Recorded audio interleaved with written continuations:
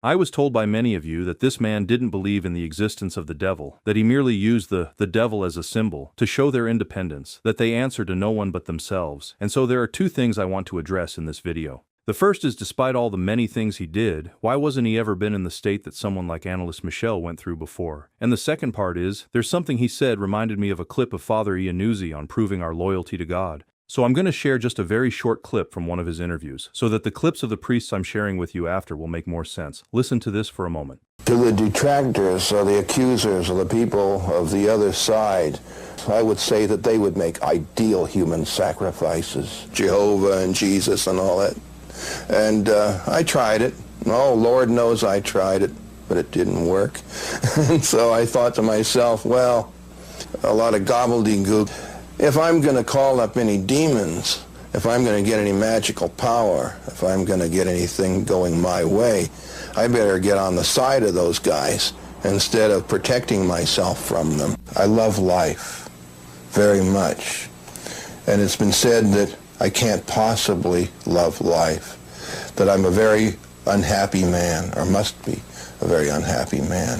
And I would say that I'm a very happy man, an extremely happy man, in a compulsively unhappy world. I believe that all churches of all denominations should be taxed to the hilt.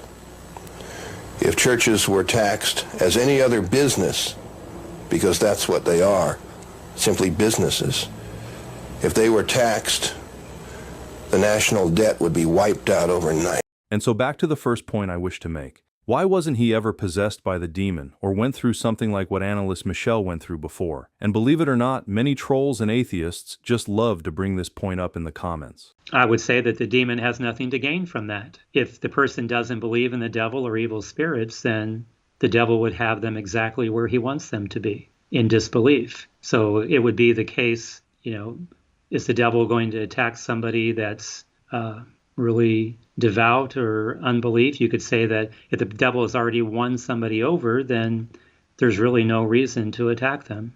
The devil is going to really go after those he still stands to gain something from. And I don't mean that to be negative or critical of somebody who's an atheist. That's just my perspective on that, that if the person really doesn't believe, then the devil has nothing to gain from that person.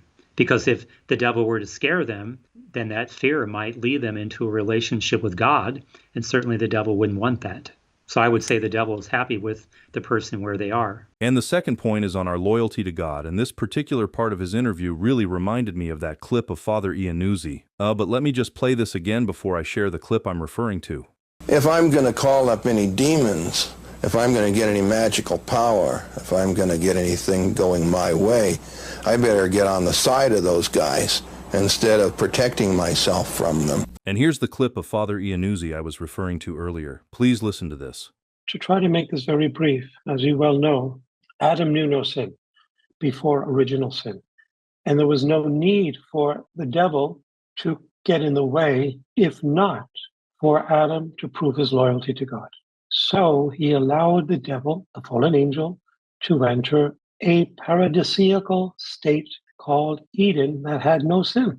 The devil went into a place that had no sin. Has this happened before? Yes, it did, in heaven. Remember, Lucifer rebelled against God. That rebellion happened in a sinless place called heaven. So God cast him out once he rebelled. Similarly, God allows Satan committing sin to enter a sacred, sinless place. What is the purpose of that? Because God cannot allow anyone to be confirmed in his presence, meaning in the state of impeccability, immutability, impassibility, meaning the beatific vision, unless they pass a test of loyalty. So Lucifer was the first creature to be given a test, and he failed it. Not only did he fail it, but he tried to engage all the angels to rebel against God. Let's suppose he did. Let's suppose every single angel, including Michael, agreed with Lucifer. What would have happened? They would have all lost. It's kind of obvious, because God foresees all things and he always has the remedy in advance. He's omniscient. No creature is omniscient. God is always a billion steps ahead of him. So God foresees everything before he creates anything. But 1/3 succeeded in being deceived. or failed in following Jesus. Jesus not yet incarnate, the second person known as, in John's Gospel in Greek, the logos spermatikos, which was a word not used by Christians at the time. It came from pagans. It meant an impersonal force throughout the universe, sort of like what you call yin-yang or karma, or in Star Wars, the Force be with you. By the way, I'm not a Trekkie fan. I must have watched maybe one Star Wars film when I was maybe 13 years old, and that was it. That was enough for me. So Satan enters Eden, and he's there so that Adam can pass the test. Adam fails, and he and Eve fail, and they're both expelled from Eden. Now he becomes the prince of this earth, as Jesus calls him in the gospel. What does a prince do? He reigns until the king returns. Satan's the prince. In the book of Revelation, Jesus is the King of Kings, Lord of Lords, coming down on a white horse. And when the king returns, he vanquishes definitively the prince, the evil prince. So thanks so much, everyone, for taking a little bit of your time to be here with us, and I really hope all of you have learned something from this video. And until the next one, thanks again for watching, and may God bless you.